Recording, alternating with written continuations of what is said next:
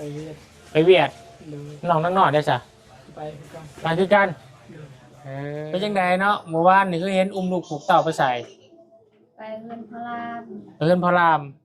ไปเฮ็ดหยังโอ้ยเฮ็ดได้บ่บุญสิบ่ให้เจ้าเฮ็ดได้บ่ขอโทษเล่าให้ไอ้บุญแหน่ขอโทษขอโทษเด้อเมียเด้อดู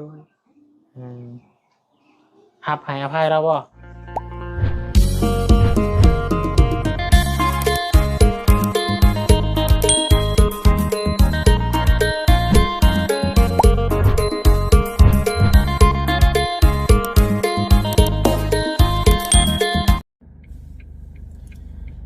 พี่น้องเปิดคลิปเปิดภาพออกมากะเป็นภาพอยู่ในรถในรางเลยพี่น้องเด้อตอนนี้ทางมาบุญสารวัตรออกมาแต่บ้านหนองหัวกำลังจิมุ่งหน้าไปบ้านสกีพี่น้องเลยเนาะสิไปเยี่ยมยามน้องนั่งน้อยพี่น้องเลยพอดีมีทางเมทวันรัตเนาะก็ได้ฝากเงินมาให้กับมาบุญ 1,000 บาทไว้ซื้ออาหารเนาะเป็นพวกมีปลากระป๋องไข่นี่แหละพี่น้องก็ต้มขนมไปฝากน้องนั่งหน่อยที่ว่าทางมาบุญสารวัตรได้เป็นสะพานบุญเนี่ยพีซาดีเช้งอะไรพี่น้องเลยเนาะไปเยี่ยมไปยาเมื่อก่อนเป็นใดอยู่ดีไม่แห้งอยู่บ่เนาะคือว่าเห็นทางส่องเบาเชียงพี่น้องเลยได้เห็นเมียของอ้ายน้องนั่งหน่อยแหละพี่น้องเลยเนาะอุ้มลูกผูกเต้าสายขวาอยู่พี่น้องเลย2 คนเดินตากแดดตากฝนเนาะโอ้ไปจังได๋ดิเนาะไปหาเยี่ยมยามเบิ่งก่อนมันเกิดเรื่องอีหยังขึ้นพี่น้องเอ้ยเนาะไปถามเบิ่งก่อนเพื่อจะเอาเครื่องคองไปมอบให้กับน้องนั่งหน่อยพอดีพี่น้องเอ้ยเนาะเอาก่อนเดินนะพี่น้องเด้อก็กราบทักทายสบายดีพ่อแม่พี่น้องสบายดีหมู่เพื่อนกันเบิดสุขุสุคนสบายดี FC ผู้ใหญ่ใจบุญวัดทุกทานยินดีต้อนรับเข้าสู่ช่อง YouTube ประบุญสารวัตรพี่น้องเลยเนาะขอบคุณขอบคุณขอบมุกขอบใจสำหรับการติดตามนะครับชมเป็นกำลังใจกับประบุญสารวัตรตลอดมาเด้อเนาะไปพี่น้องไปเบิ่งไปชมน้ำกันเนาะว่าเป็นยังไงแน่พี่น้องเลยเนาะเดี๋ยววุฒิกะสิไปถามเลยพี่น้องเลยเรื่องราวเป็นยังไงแน่เนาะเมื่อกี้กะเห็นทางน้องๆคนหาบน้ำไม้อยู่พี่น้องเลยเนาะว่าจะไปถามว่าแลนปุ๊บแล้วว่าสันพี่น้องโอ้ยเนาะไปชาพี่น้องไปเบิ่งน้ำกันเนาะเยี่ยมยามทำข่าวน้องนั่งนอนน้ำกันไปพี่น้องเลยคือสมอยซิมีเทเดบาทในเฮือนซานลานแปดพี่น้องเลยมีคนอยู่บ่หรือว่าจังใดเด้พี่น้องเลยสบายดีน้องนั่งน้อยอยู่บ่ไปทางใดล่ะ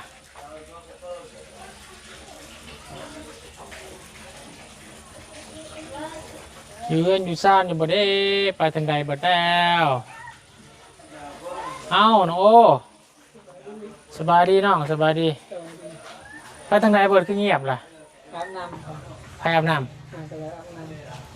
พ่อแม่ได้จ้ะไปเลยแม่ไปใส่ไปเวียดไปเวียดน้องนั่งนอนได้จ้ะไปกันไปคือกัน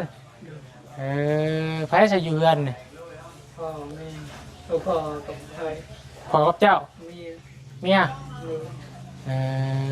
ใช้เมียมาหรือบ่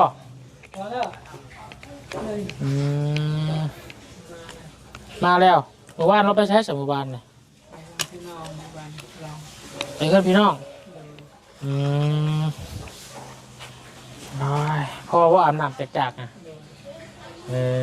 เป็นไงใช่จ้ะน้องยังกับลูกเจ้าชื่อวันได้ไงพูดไปนั่งผมก็ได้ปะนั่งอยู่ไหนปะมองดูโบยูซ้ำน้องน้อยเนาะใช่แม่เพิ่นเลยว่าอยากเห็นน้องน้อยพี่น้องเลย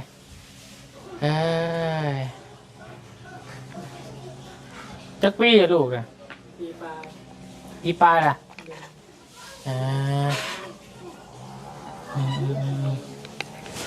โอ้หมดมาโดนนานเติบเนาะเย็นดีได้เกินกันเนาะเย็นดีพี่น้องเลยย่ามาแรงแดมจาก2เนาะอย่างห่อนเนาะ งานเด็กซองอยู่พี่น้อยเพิ่นไปเวียดไปยังน่ะ ไปเล่น ไปเล่น เลย โอ้ขออนุญาตเลยวันเสาร์ได้เหมือนเนาะ เลย วันเสาร์วันอาทิตย์แหละเรา มื้ออื่นเอามา ไปเราไปรถยัง อืม เราไปรถ ไม่ค่อยไปส่ง จะไปส่งเนาะ เลย อืมเป็นจังไดเนาะช่วงเมื่อกี้ฝนตกแห้งๆบ่ได้วัวบ่ได้หยังบ่หัวเพื่อนบ่ได้พระบ่ เลย ตอนนี้มันพระเข้ามาอยู่บ่ พระ พระนั่นมองเนาะพระก็เล็กหน่อยแล้วเนาะ เลย อืมได้พอคุณอาบน้ำจากอยู่เป็นยังไงเป็นอะไรเขาวน้ำสามปลายังมีกินอยู่บ่ เลย เป็นไง พูดข้าว พูดข่าวแล้วเนาะ เลย กินข้าวใหม่แล้วเนาะ เลย แต่จักสอบปีนี่ ยังบ่แล้วกับมือหนึ่งไปหู หวานหูดบ่แล้วอยู่หูดได้จักสอบล่ะ สอง 2 สอบสีตามเรียบร้อยเนาะ ยัง ใช้ชะเมียทั้งได้จ้ะ พอแล้ว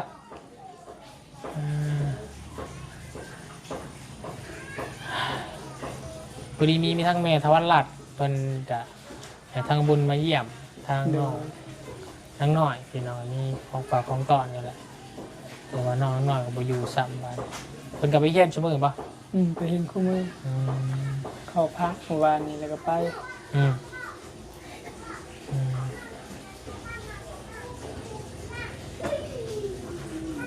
ใช่แล้วบอกมาบ่ ยังนุ่งเครื่อง ลงเครื่องอาบน้ำบ่ ลูกน้อยเลย อาบน้ำให้ลูกจักเดือนแล้วก็ลูกเจ้า เดือนหนึ่ง เดือนปลายเนาะเดือนหนึ่งเนาะ เป็นไป กินนมแม่ อืม ข้าวกินแล้วบ่ กินแล้ว เพิ่นกินข้าวยัง ข้าวห้าวนี่นะ มุกเข่าบ่ เลยมุก ยำแล้วก็มุกเนาะ อืม ยำจะไปตอนกับมุกคือสมัยข้าวตะกี้พี่น้อง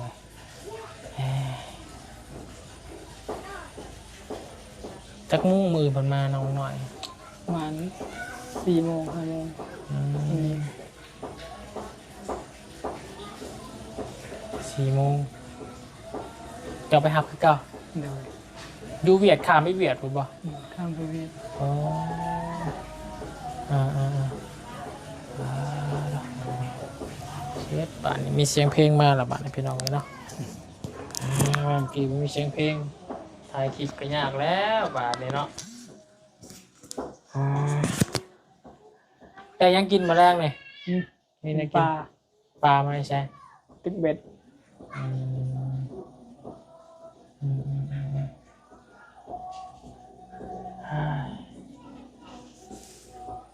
โอ้ยเสียงเพลงกับพี่น้องเลยถ่ายคลิปยากแล้ววนกันปุ๊บก็ยังมีเสียงเพลงเลยเพื่อนครัวกับเฮ็ดกินเฮ็ดอยู่เพื่อนครัวป่ะ เลย หนึ่งข้าวนั่งวันหนึ่งหันป่ะ เลยดำหมด ดำเบิดป่ะ เลย มันเรื่องธรรมดาแล้วเท้าดังฟืนเด้เท้าดังทานแค่นี้เป็นบ่เพื่อนต้องสอนเราบ่ได้เข้าไปดังได้พี่น้องดังจูฟืนจูไฟอยู่ในห้องครัวเราแต่เราเอามาจูอยู่เนาะใช้ผ้าเป็นยางมึงขึ้นครัวหน่อยมึงฮะ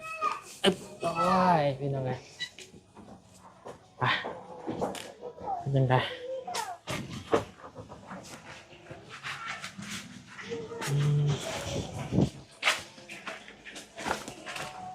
จำเบิดดิ เลย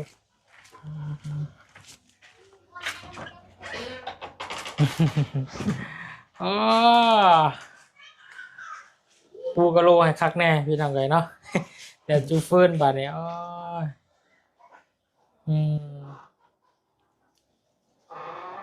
เราเป็นยังเนาะเราดูอยู่เนาะบัดฝนตกเนาะ เลย พริกเกลือไปแอบเป็นนัวยังครบเนาะ ยัง โอ้ยบัวดำพอได้พี่น้องเลยปุ๊บเป็นยังเนาะจังนั้นเอาพี่น้องเลยใช้ปุ๋ยเนี่ยห้องมาเพิ่งมาถามในอยจังเดียวจังหน่อยพี่น้องเลยเนาะไปจังใดทางลูกหน่อยแล้วจักเดือนแหละพี่น้องเลยชื่อยังลูกเจ้า เล็กน้อยนะ ยังบ่ได้ ชื่อยังเกาะ ยังบ่ได้ตั้งชื่อ ยังไม่ได้ตั้งชื่ออยู่ เลย อ้าวสบายดีน้องพรโอ้ย เป็นจังไดยังบ่ได้ตั้งชื่อลูกชื่อเต้าอยู่ โดย คือบ่ตั้งฮะยังบ่ฮู้ชื่อสิตั้งบ่ โดย อ่ายังบ่ได้ชื่อสิตั้งซ้ำเป็นจังได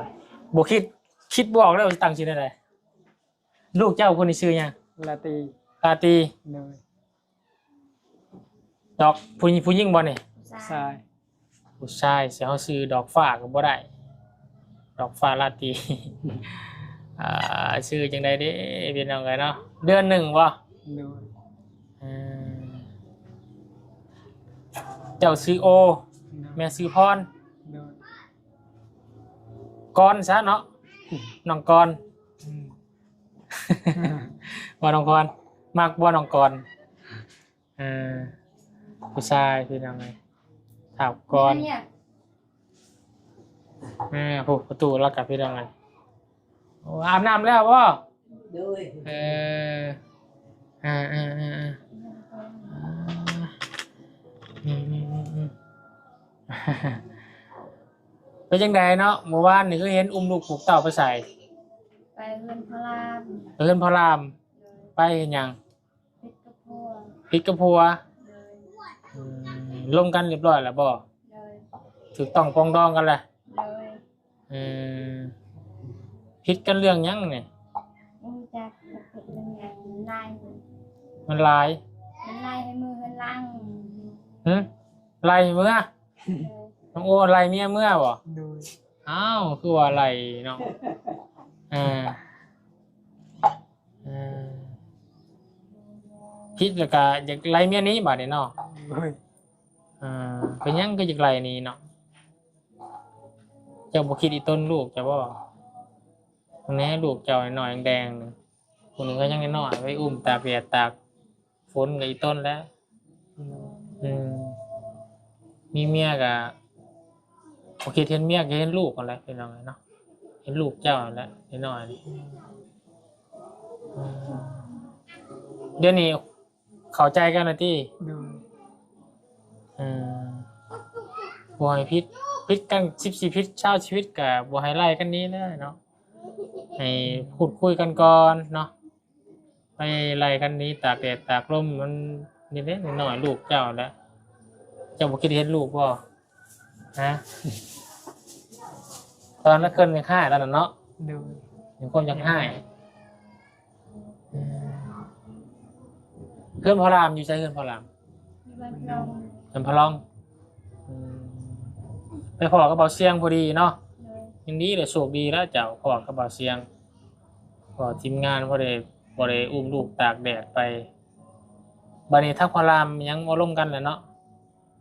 อืมห้องพระรามห้องพี่น้องมาร่วมกันนี่สิเป็ดสิไก่บ่ บ่ อืมอืม เดี๋ยวนั่งไอ้ที่บ้านแล้ว พิดกันเต็มมือใด มันอะไรเสร็จเลย แต่ละอาทิตย์หนึ่งทิศภายในอาทิตย์หนึ่งเนี่ยพิดกันมาตลอดเนาะ อืม โอ้ยบ่ให้พิดกันแล้วบ่ให้พิดเถียงกันแล้วเลยเนาะอยู่ร่วมกันพิดบ่เจ้าบ่อีต้นลูกก็บ่อีต้นเมียอีต้นลูกกันน้องโอเด้อมันเฮาสร้างครอบครัวมานะเฮาก็ต้องเฮ็ดดีในครอบครัวเลี้ยงลูกเลี้ยงเต้าอะไรอืมเจ้าถือพวกอันนี้จากไปเนาะเมื่อเนาะคือจะได้เพิ่นหมอยอยู่เนาะจักปีล่ะเจ้าน้องพร เดี๋ยวจะติดเกา 19 ปีลูก2คนน้องโอเด้ 7 ห่างอายุยังอยู่พี่น้องเอ้ยเนาะ17นึงเพิ่งเอาแล้วลูกเจ้าของแล้วเนาะ10สิหาชาวสิหาก็คิดเห็นลูกเฮาแหล้วเมียกับเมียเฮามาตกลงอยู่ร่วมกันแล้วก็หักแพงกัน โดย จักเทื่อละผิดกันเนี่ย แรกคือ หลายเทื่อแล้ว โดย ชนร้ายผิดกันเรื่องหยังว่าน้องพร อืม ผิดชนร้ายผิดกันเรื่องหยัง นักเว้า ฮะ เว้าเว้าขี้คาด พอเจ้าขี้ข้าน เลย อืมขี้ข้านจังได้น่ะ ดูจัก อืมผมไปหูดเข่าบ่ บ หมดแล้ว บ่ได้พูดเข้าบ่ได้ไปหากินบ่ จะหากินหาแต่ละไม้ เออเจ้าก็ยังยากลูกนะตอนนี้ก็เนาะไปก็เนาะก็ต้องเข้าใจเราได้น้องโอ้ยเพราะว่าเมียเจ้าก็ฆ่าลูกแล้วนี่สิไปใช้ก็ยากถ้าลูกใหญ่นี่ใครแน่อยู่เนาะลูกใหญ่ใครแน่อันนี้เราแบบยังสิไปหันไปนี่ไปกับลูกก็ให้กินนมบัดนี้ต้องเอานมให้ลูกกินอีก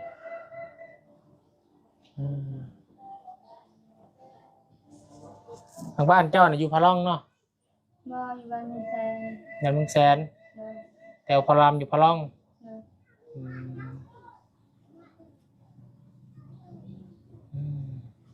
ย่างไปหอดไซวัน หอดอันหอดไปแบบเก่าคือตัว อืม เทศกาลตา อืม เลยดี งานตีนี้ต่อไปเด้อน้องโอเด้อคือผู้ใหญ่ซอยกับซอยอยู่กับคนอีต้นสงสารชุบเจ้าแหละเนอนอยากให้เป็นครอบเป็นครัวเพื่อนดังนี้ซ้ำเป็นเพื่อนของเจ้าแหละพี่น้องเนาะหักแพงกันแล้วคอยเห็นคลิปเมื่อวานเนี่ยโอ้คอยเมื่อยใจเลยเมื่อวานเมื่อย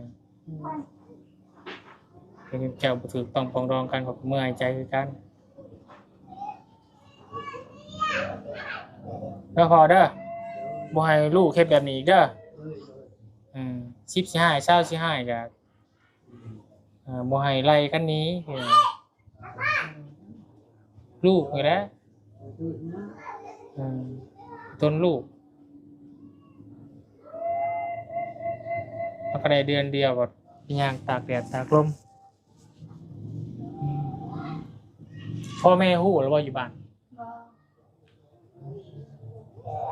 ถ้าพ่อแม่ทั้งฮู้เจ้าฮู้ก็เราก็สิคิดหนักอีกเนาะโอ้ยแล้วฮู้ก็อย่าเด้อมันก็เข้าใจกันได้บาดนี้เนาะเฮ็ดเวียกไม่เมื่อยก็ต้องเข้าใจต้องเข้าใจเมียนำเนาะผู้เป็นแม่นี่ทุกข์หลายเด้ทุกข์เลี้ยงลูกนี่ทุกข์เฮาผู้ชายนี่ถ้าบ่เจอกับตัวเองนี่บ่ฮู้จะต้องเอาลูกสักมื้อนึงเอาได้บ่มื้อนึงเนาะก็ให้เพิ่นฮ้ออยากกินนมอยากทานกินนี่โอ้ยยามเพิ่นให้แฮงลำบากก็ยังยอมนับถือผู้หญิง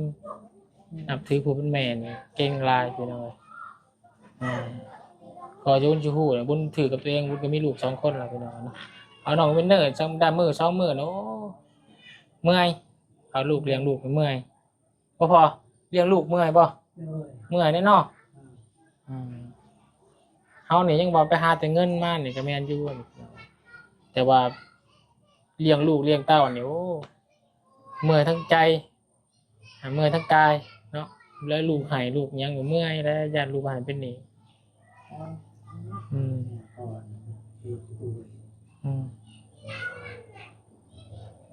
ที่วุ้นว่าขอโทษนำเด้อวุ้นแบบอยากให้ดีกันเนาะอยากให้บ่อยากให้เป็นแบบนี้อีกอากาบ่อยากมากล่าวกายเรื่องความเจ้าดอกแต่ว่าก็อยากบอกให้มันความดีอะไรเนาะยังบ่ได้ตั้งชื่อซ้ำเนาะเพราะคือบ่ตั้งชื่อให้หลาน มันไปเยอะแนวตุนดาสมองคนไหนไอ้เลย อิชา ฮะ อิชา แต่บ้านเยอะไปในเยอะต่างเลย น้ำไป เยอะดาเป็นชั่วโมง ยังบ่ฮู้ชื่อเกชาบ่ โดย เกษา อิชา ไอ้ชาติ ฮะ ที่ต่างไว้ เอ โดย เอสา โดย แปลว่าหยังเอสาเนาะ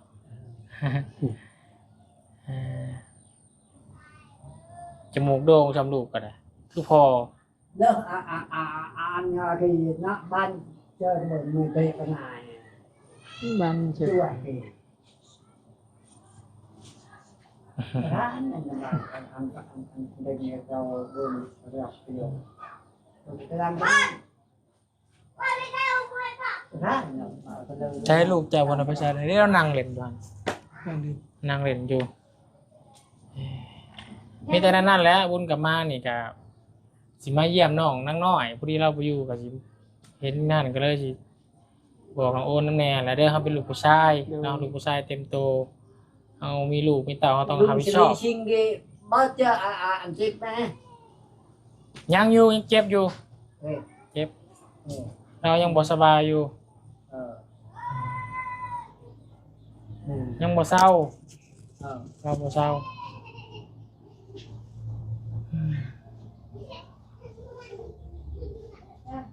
เฮ้ย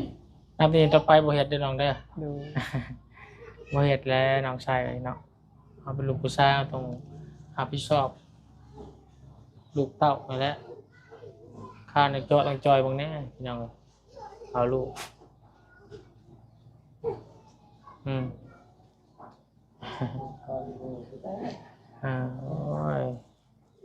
โอ้ย ดูให้ Người ta อืมแต่ว่าทั้งลุงชาลีเชงเป็นหู้มันกับเมื่อยใจคือกันเนาะบนซอยเจ้าอืม น้องเอชาเอ้ยบ่โอ้ยเป็นตาช่างครับเอชายิ้มไปเปื่อยเอชา เอ้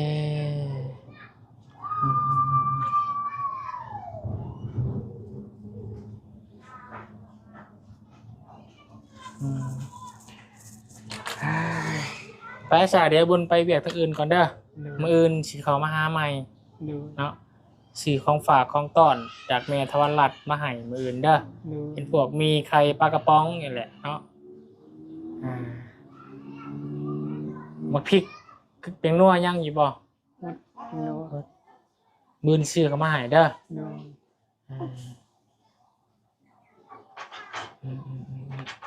ป้าสาวน้องโอสบายดีเนาะ โดยสวัสดี ชื่อเด้อบัดนี้เด้อบ่ไล่ลูกและเมียเด้อ โด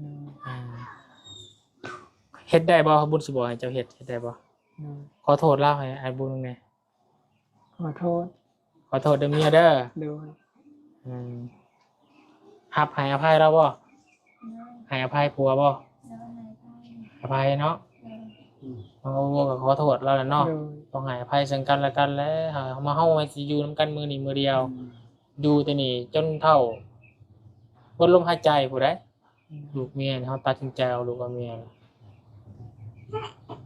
แน่แล้วลูกใหญ่มากก็บ่เห็นถ้าว่าพวกเจ้าป้าอย่าห่างกันกับลูกก็ถามหาพ่อหาแม่แล้วบัด พี่ต้นเพิ่นเอาเด้อเอาไปก่อนเด้อสบายดีสบายดีไป แน่เด้อ โดยทุกคนโอ้มีขนมอยู่เนาะไปเดี๋ยวไปเอาขนมนำมาบนมาให้ลูกไป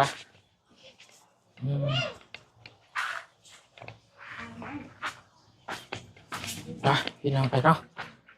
ดีมาเยี่ยมมายามน้องเพิ่นบ่เห็นซ้ำน้องหน่อยนั่งหน่อยจ้ะมีแต่สิฝากขนมไว้จากตรงจากไกลก่อนพี่น้องเลยปึ๊บ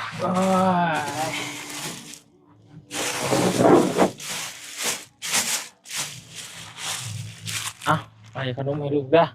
แต่มือสิซื้อของฝากมาอีกเด้อพี่น้องเนาะคนกะโอเคเนาะขอโทษลูกเมียแล้วเรากับพี่น้องเลยเนาะโอเฮ็ดอีกเมียก็ให้อภัยพ่อแม่ทั้งเมียยังบ่ฮู้จังได๋พี่น้องเพราะว่าน้องเพิ่นบ่บอกเนาะย่านพ่อแม่บ่สบายใจอันนี้ก็ย่างแต่หาพ่อลามาโอ้ร่วมกันติเตือนเนาะก็เข้าใจอยู่ร่วมกันต่อไปพี่น้องเลยเนาะเอากลับเป็นเรื่องธรรมดาเนาะลูกเมียผัวเมียพี่น้องเอ้ยเนาะที่เถียงกันแต่ก็บ่ถึงขนาดต้องไล่กันนี้พี่น้องเอ้ยเนาะมีก็ต้องให้อภัยซึ่งกันและกันเนาะโอเคพี่น้องสำหรับคลิปนี้ก็สิได้ขออนุญาตจบคลิปลงเพียงสำนี้ก่อนเนาะพบกันคลิปหน้าคลิปนี้ก็มาน้องละน้อยน้องน้อยบ่อยู่ซ้ำพี่น้องมื้ออื่นที่ซ้ำเพิ่นใหม่เนาะโอเคสบายดีเพิ่นทุกคนเด้อ